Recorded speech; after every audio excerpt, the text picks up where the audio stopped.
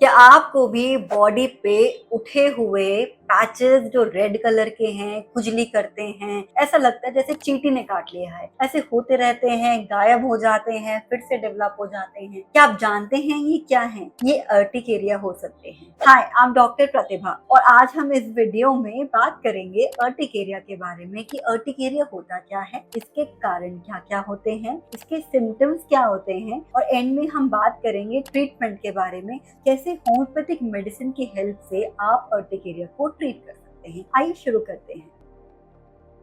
Urticaria एक तरह की एलर्जी है जो कि बॉडी प्रोड्यूस करती है स्किन के ऊपर। इसके अंदर किसी भी एलर्जन के एक्सपोजर से बॉडी उठे हुए पैचेस डेवलप करती है। पेशेंट को ऐसा लगता है जैसे किसी चींटी ने काट लिया है। कभी वो फेस पे हो जाता है, कभी वो बॉडी पार्ट्स पे हो जाता है और थोड़े टाइम के बाद वो अपने आप ठीक भी हो जाता है। लेकिन ये प्रोसेस चलता रहता है, बार बार ये इरप्शंस आते हैं और चले जाते हैं। तो ये आखिर होता क्यों है? आपकी बॉडी किसी भी एलर्जन को लेकर बहुत सेंसिटिव हो गई है, जिस वजह से वो हिस्टामिन प्रोड्यूस करती है, एक तरह का एलर्जन, जिसकी वजह से आपकी बॉडी के ऊपर इस तरह के पैचेस आते हैं।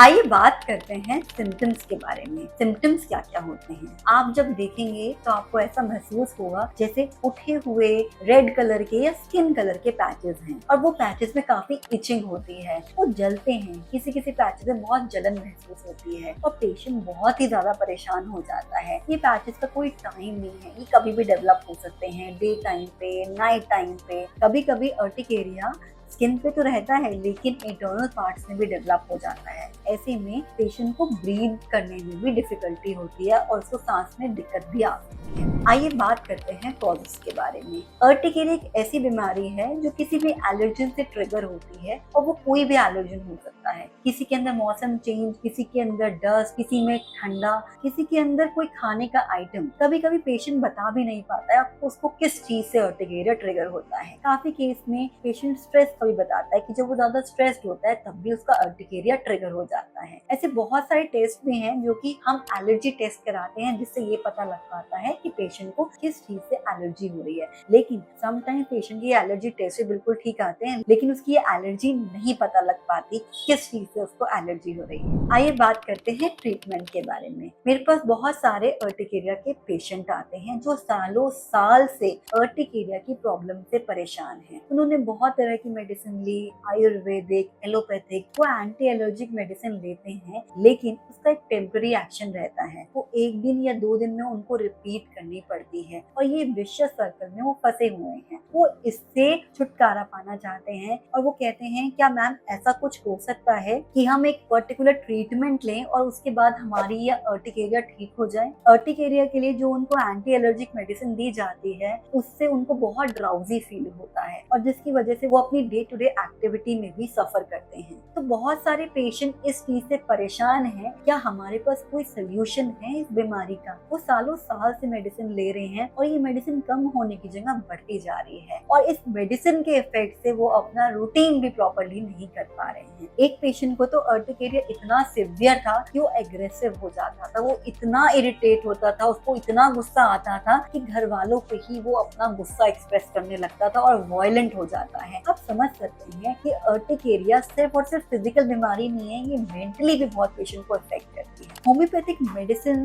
अर्टिकेरिया के लिए बहुत ज्यादा इफेक्टिव है। मेरी अपनी क्लिनिकल प्रैक्टिस में मैंने बहुत सारे अर्टिकेरिया के पेशेंट देखे भी हैं और देख भी रही हूँ। काफी सारे पेशेंट बहुत अच्छे रिकवर हुए हैं। जो पेशेंट अर्ली हमारे पास आते हैं जिनका अर्टिकेरिया डेवलप ही हुआ है और वो first line of treatment homeopathy लेते हैं, उनका रिजल्ट बहुत ही क्विक और फास्ट आता है। कुछ ही टाइम में उनकी एलर्जी कम होने लगती है और धीरे धीरे उनकी एलर्जी बिल्कुल ठीक हो जाती है। लेकिन जो पेशेंट का अर्टिकेरिया बहुत क्रॉनिक है, बहुत टाइम से है, तो उन केसेस के अंदर हम उनकी एंटी एलर्जिक स्टॉप नहीं कराते लेकिन उन एंटी एलर्जिक के साथ हम अपने होम्योपैथिक मेडिसिन देते हैं। हमारी इंटरनल होम्योपैथिक मेडिसिन से उनकी जो एलर्जी है वो धीरे धीरे कम होने लगती है और इसी तरीके से उनकी एंटी एलर्जिक मेडिसिन की नीड भी कम होने लगती है। जैसे फॉर एग्जाम्पल अगर वो डेली एक एंटी एलर्जिक लेते थे तो होम्योपैथिक मेडिसिन मेडिसिन के बाद उनकी नीड एंटी एलर्जी के लिए 2 दिन या 3 दिन पे आ जाती है और धीरे धीरे धीरे धीरे वो कम होने लगती है और धीरे धीरे जो बॉडी की इम्यूनिटी है, बॉडी का जो एलर्जी काउंट है वो कम होने लगता है और पेशेंट रिकवर होने लगता है। होम्योपैथिक मेडिसिन आपके सिर्फ सिम्टम्स पे काम नहीं करती, ये एक हीलिंग साइंस है जो आपके माइंड, आपकी बॉडी दोनों पे काम करती है। जब हम पेशेंट की केस हिस्ट्री लेते हैं तो हम उसके मेंटल फिजिकल सिम्टम मिलते हैं जिसके अंदर उनका मेंटल स्ट्रेस भी होता है, उनका रिएक्शन भी होता है, उनका एग्रेशन, उनका इमोशनल क्वेश्चन, उनकी फिजिकल कंप्लेंट, ये सभी चीजों को लेकर हम एक कॉन्स्टिट्यूशनल मेडिसिन सेलेक्ट करते हैं जो कि उसकी बॉडी के हीलिंग एक्सिस पे काम करती है और उस एलर्जी काउंट को डिक्रीज करती है। तभी इन मेडिसिन को नेचुरल हीलिंग मेडिसिन बोलते हैं जो कि सिर्फ सिम्टम को सप्रेस नहीं, सिम्टम को इंटरनली ट्रीट करती है। काफी सारे पेशेंट मुझे कमेंट में बताते हैं कि मैम आप अपनी वीडियो में हमें मेडिसिन नहीं बताते, काफी सारे डॉक्टर्स हमें मेडिसिन बताते हैं। तो इस चीज के लिए मैं आपको एग्जांपल दूंगी कि आप एक ताला तभी खोल सकते हैं जब आपको उसके ताले की स्पेसिफिक चाबी होगी। अगर आप किसी रैंडम चाबी को लगाएंगे तो ताला नहीं खुल पाएगा। ऐसी होम्योपैथिक मेडिसिन रैंडमली काम नहीं करती है कि ओवर द काउंटर आप एक बीमारी के नाम से एक मेडिसिन लेंगे तो पेशेंट ठीक हो जाएगा, जबकि ये एक तरह की पेशेंट स्पेसिफिक ट्रीटमेंट है जिसमें पेशेंट की प्रॉपर हिस्ट्री के बाद ही जब उसकी मेडिसिन दी जाती है तभी वो उस पर काम करती है और उस इंटरनल डिसीज को ट्रीट कर पाती है। इस तरह की मेडिसिन जो ओवर द काउंटर पेशेंट लेते हैं उससे सिम्टम्स में तो आराम पड़ता है बट बीमारी नहीं ठीक हो पाती क्योंकि वो दवाई उसके सिस्टम के हिसाब से नहीं है। I hope you understand this point. तो अगर आप या आपका कोई भी रिलेटिव, आपका बच्चा कोई भी इस प्रॉब्लम से सफर कर रहा है तो सफर क्यों करना है? अगर आप किसी एंटी एलर्जिक को भी लॉन्ग टर्म ले रहे हैं तो उसका भी बॉडी में एक साइड इफेक्ट या एक नुकसान होता है और धीरे धीरे जो बॉडी इसका रिस्पॉन्स जितना अच्छा देती है वो भी कम होता जाता है और बॉडी को और ज्यादा एंटी एलर्जिक मेडिसिन की नीड होती है।